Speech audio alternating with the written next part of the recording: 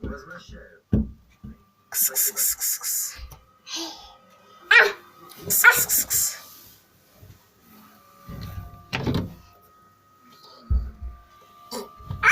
Ты говоришь по-русски, Коста?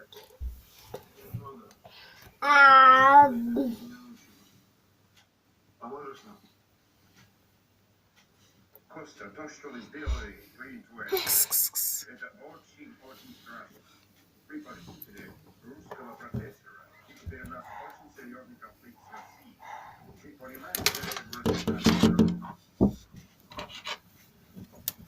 Зачем вы похитили профессора России? Мы не сделали ничего другого. Пока что оружие в ответе, и мы проводим продажную политику из нашей республики. И мы отпустим профессора. Как только профессор делает все, что от него хотят, и он, и твой отец, и не нужны свои или вас и тогда